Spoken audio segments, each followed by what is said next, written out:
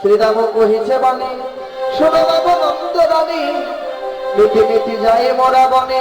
বলছে মা, তোমার গোপালকে তো তুমি যেতে দেবে না, কিন্তু শোনো আমরা প্রতিদিনই তো গোঠে যাই, প্রতিদিনই ধনুবংশ নিয়ে যাই, কিন্তু আজকেও যদি গোপালকে সাথে দাও, গোপালের জন্য বিপদ হবে মামা। কেন জানো? শ্রীরাম কহিছে বাণী, শোনো মাধব শ্রীরাম কহিছে বাণী, ছোট বড় নন্দ রানী, নীতি নীতি যাই মোরা বনে, নীতি নীতি যাই মোরা বনে, যাতে কোরা ভালো বেলি মাঝে রাখি বনমাল, যাতে কোরা ভালো বেলি মাঝে রাখি বনবেলি, যাতে কোরা ভালো বেলি মাঝে রাখি বনবেলি, যাতে কোরা ভালো বেলি মাঝে রাখি বনমালি। ধেনু বছর চড়ায় কাননে, আর ধেনু বছর চড়ায় কাননে, ধেনু বছর চড়ায় কাননে, আর ধেনু বছর চড়ায় কাননে, শুনিয়া মুরলী রব দীর্ঘমুখী লোক সব, শুনিয়া মুরলী রব দীর্ঘমুখী লোক সব, তবে তারে কানাইয়ের চারিপাশে, আর তবে তারে কানাইয়ের চারিপাশে,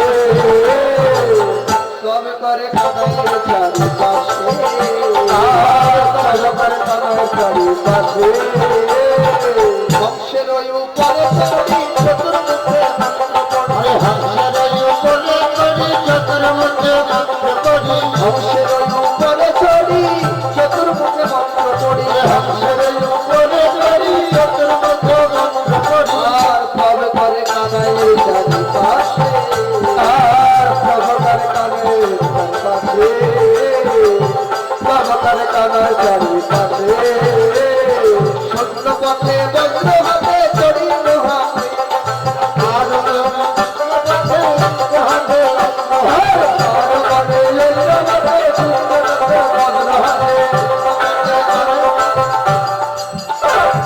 শূন্য পথে বজ্র হাতে চড়ি মোরা ওই রাবণে,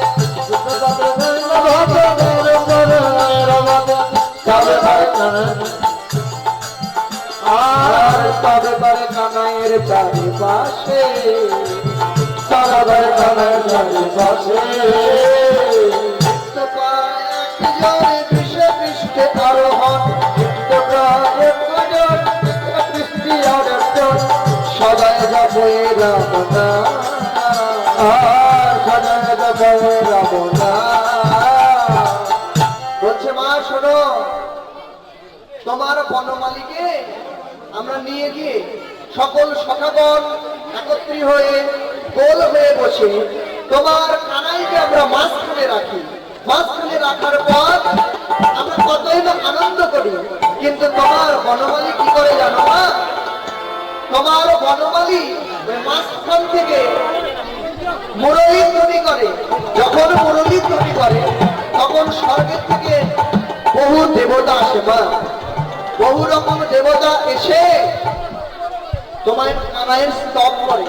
একদিন দেখলাম কৈরাবতে চড়ে, বিশাল বড় কৈরাবতে চড়ে একটা দেবতা এলো। কৈরাবত মানে কি?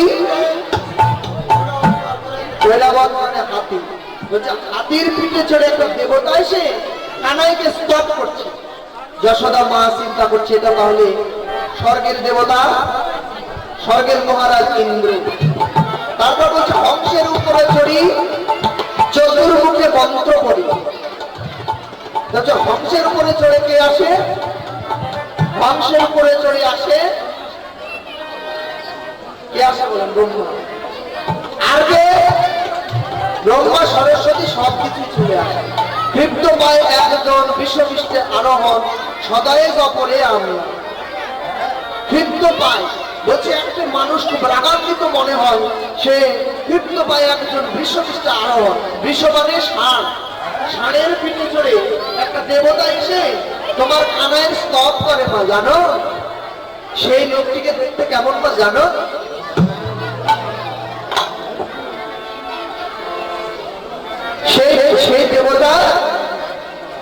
সেই দেবতার মস্তকে শিরে বিভূষণ সদায় জবয়ে রাম নাম। ওই দেবতাটাকে দেখতে কেমন যেন যেন ঠিক দাদা বলাইয়ের মতো, ঠিক দাদা বলাইয়ের মতো, ঠিক দাদা বলাইয়ের মতো, ঠিক দাদা বলাইয়ের মতো। শিরে জটা তথাকিত ঠিক দাদা বলাইয়ের মতো, শিরে জটা তথাকিত ঠিক দাদা বলাইয়ের মতো, শিরে জটা তথাকিত ঠিক দাদা বলাইয়ের মতো, শিরে জটা তথাকিত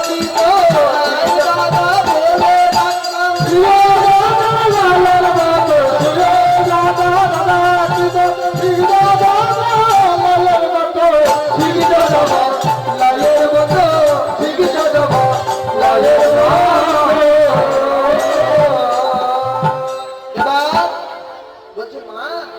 যদি শিরে জটা না থাকতো তাহলে আমরা তাকে বলরাম দাদা বলে ডাকতাম, কারণ শিবের আর নাম হচ্ছে নীলকণ্ঠ, তার শরীরের বর্ণটা হচ্ছে নীল।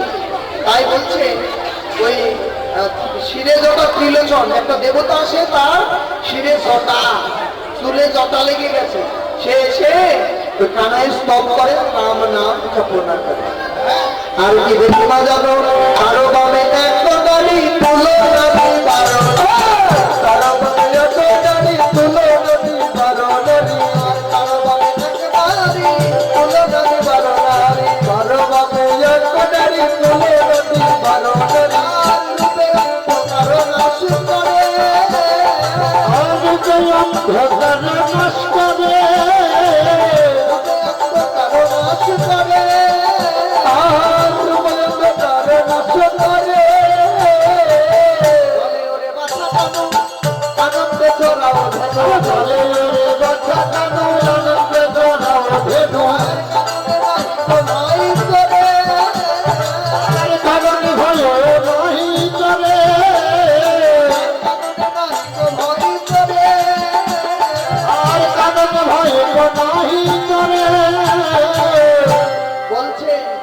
বলে ওরে বাছা কানু, কাননে বলছে বাবা কানাই, কাননে তোর কোনো ভয় নেই, বনে কোনো ভয় নেই, তুই ইচ্ছা মতো ধেনুবচ্ছ চড়িয়ে বেলা, কিন্তু তোর কোনোদিন বিপদ হবে না।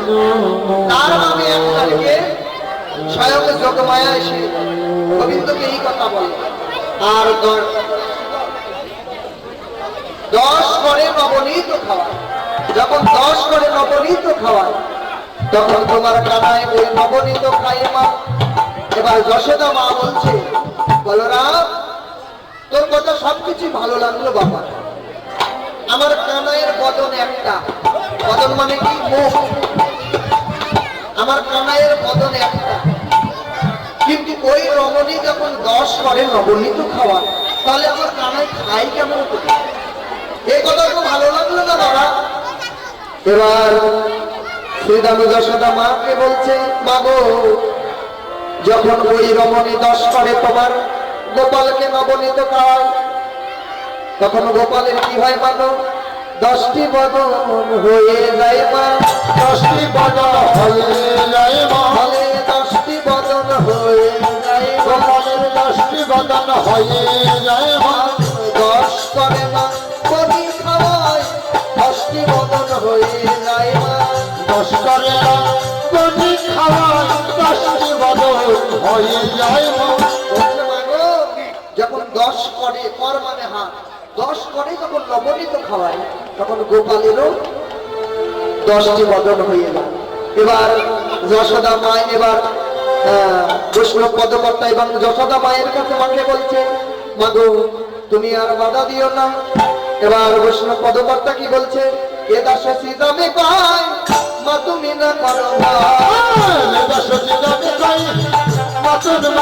ভাই, আর কানু গেলে যত সুখ পায়, আর কানু গেলে যত সুখ পায়, তোল তরুণ ছাই বসিয়া মুরালিয়া, ছোট বসিয়া মুরলি বাই শীতল তরুণ ছাই বসিয়া মুরলি বাই শীতল তরুণ ছাই বসিয়া মুরলি বাই মোরা সবে ধবলি জনা আর মোরা সবে ধবলি জনা দাও টাকায় সাজিয়ে দাও সাজিয়ে দাও আমরা গোপাল সাজিয়ে দাও দাও গোপাল সাজিয়ে দাও আর দেনে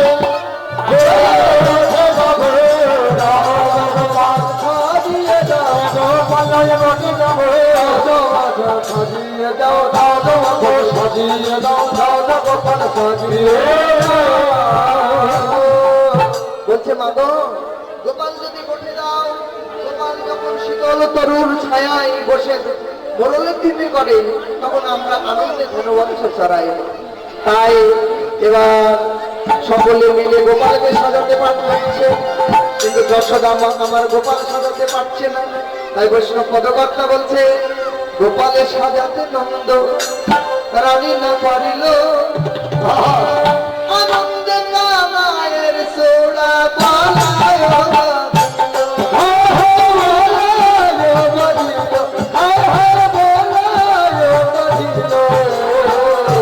গোপালে যাতে নন্দ রানী না পারিল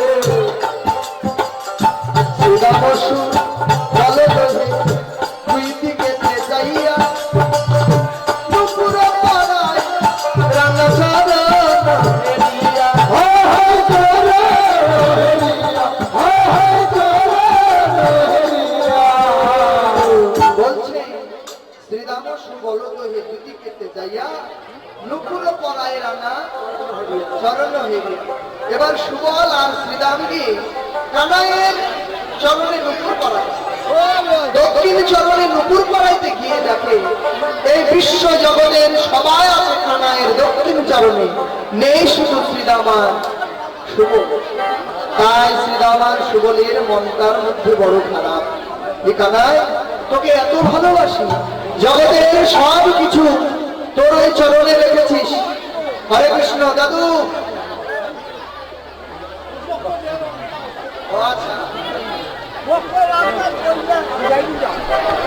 এবার বলছে যে কানাই তোকে এত ভালোবাসো জগতের সবাই তোর চরণে রেখেছিস অথচ আমাকে রাখিস